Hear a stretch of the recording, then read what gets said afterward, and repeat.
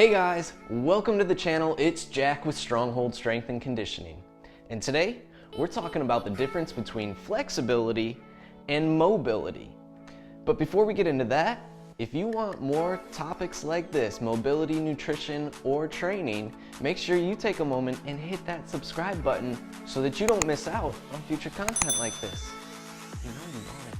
And hit that little bell too. Ready? Let's go ahead and get into it.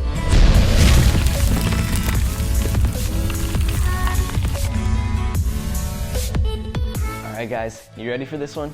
It can be a pretty heavy topic, and I feel there's a lot of confusion around the two terms flexibility and mobility currently.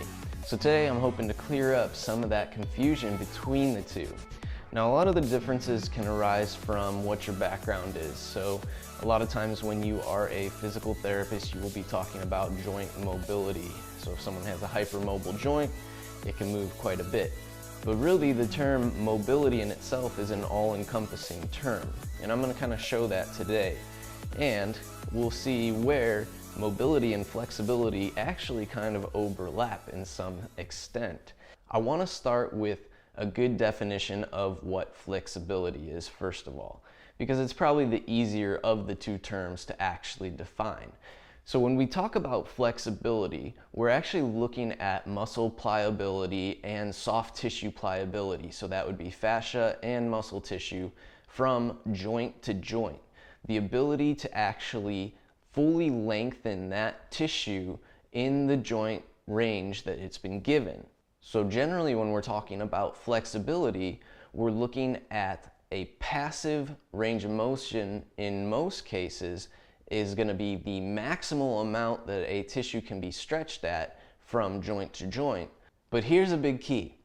When flexibility is considered to range from joint to joint, if the joint happens to be unstable or out of place, that can actually limit the amount of flexibility that I have.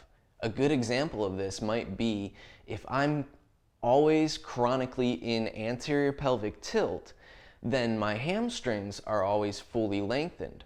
Now I might think that my hamstrings are tight because I lack flexibility, but in this case, with hamstrings being ranging from the back of the knee joint all the way up to the bottom of my pelvis, and my pelvis is tilted forward, that's actually got my hamstrings at a maximal flex.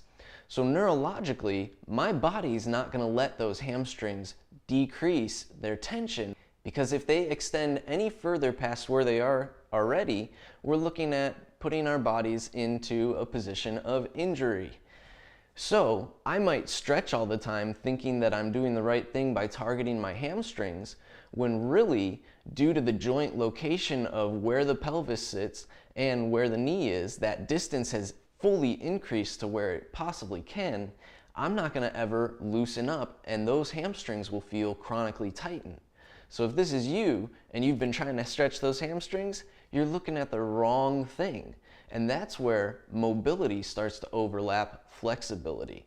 So now mobility, this one is the beast of it. Like I said, in a physical therapy setting, you might be hearing more about joint mobility. And usually we're using the term mobility as the fact that it is able to move and has the quality of movement that it should. When we really look at joints, we should be looking at range of motion of the joint. A joint has been designed to give a certain range of motion, and that might vary a little bit depending from person to person based off of the structure of their skeletal system. Mobility is fascio-musculoskeletal balance. That is a balance of the soft tissues in antagonist and agonist movements through the full range of motion that we've been intended and designed to have. So essentially, if I have good mobility, I'm able to fully control my body through the full range of motion that I was given and do it with stability and strength in that position as well. When we look at the term fascio-musculoskeletal, we're looking at the fascia and the muscle tissue.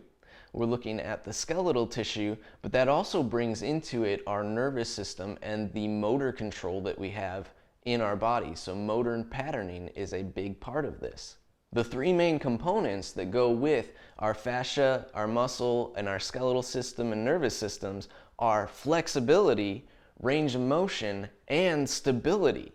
So those three components actually make up mobility. So if that were an equation, it would look something like flexibility plus range of motion plus stability equals mobility. So in order to maximize my mobility, I need to first focus on the joint positioning and maximizing the joint range of motion that I've been given. Second, I need to look at the actual tissue function, muscle dynamics, and the gliding surface function that my tissues have. And finally, I need to be using proper movement patterning and good movement patterning to ensure that I'm creating the right neurological stimulus to my body and activating musculature in the correct order as I'm moving to create the most stable positions for my body when I'm in a certain position, such as a squat or a deadlift or you name it. So there you guys have it. Flexibility, the ability to lengthen a muscle tissue and fascia through its passive range of motion that it was given from joint to joint, assuming that those joints are in the proper location.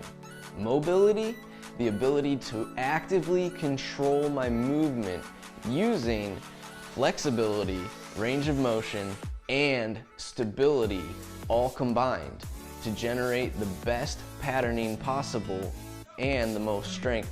If you guys like this video today, make sure you let me know by clicking that like button down below and share it with a friend who might not be the most flexible or mobile that you know. They could use a good little push start in the right direction.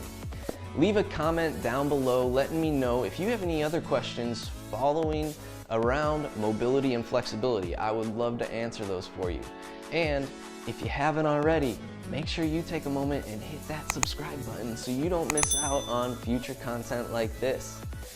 If you guys need something specifically tailored for you, make sure you take a moment and stop by our website. I'll put that down in the description.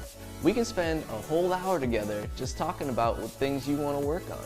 Or you can apply for online coaching and we'll get you headed in the right direction in no time. I want to thank you guys for watching today. I'll see you next time.